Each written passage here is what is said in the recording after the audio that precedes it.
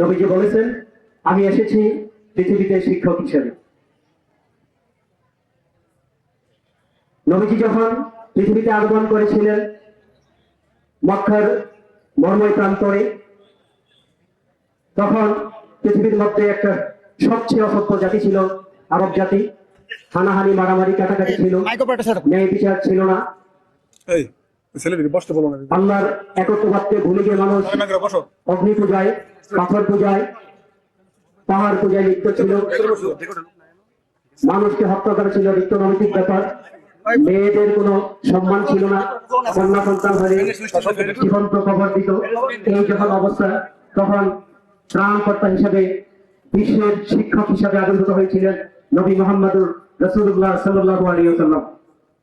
ওনার শিক্ষায় অন্ধকার দূরীভূত হলো, আল্লাহর একত্ববাদ প্রতিষ্ঠিত হলো, মানুষের মধ্যে সম্প্রীতি বন্ধন গড়ে উঠলো, হানাহানি দূর হলো।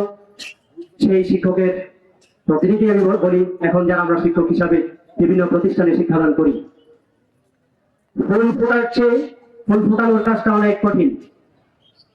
ফুল যখন প্রস্ফুটিত হয় দেখতে অনেক সুন্দর, কিন্তু সেটা ছিল এক সময় বীজের ভেতরে। তাকে প্রস্ফুটিত করতে একজন মানুষ নিরস শ্রম দিয়েছে, মাটিতে সার দিয়েছে, গোবর দিয়েছে।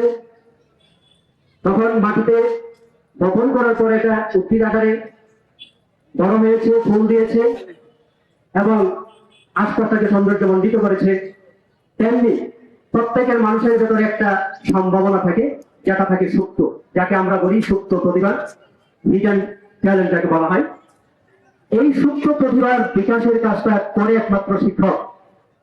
নিজের শিক্ষকের অন্তরের হৃদয়ের সকল ভালোবাসা দিয়ে, ভালোবাসাকে উজাড় করে দিয়ে সন্তান রূপে তার শিক্ষার্থীকে লালন করে তোলে, তার ভেতরে সুপ্ত প্রতিভাকে জাগ্রত করে তোলে সেই শিক্ষক।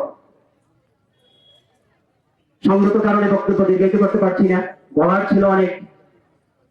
আমি যখন 2015 সালে প্রধান শিক্ষক হিসাবে যোগদান করি, তার আগে আমি অন্য জায়গায় ছিলাম, বিভিন্ন উপজেলায় কাজ করার শিক্ষকতা করার সুযোগ পেয়েছি।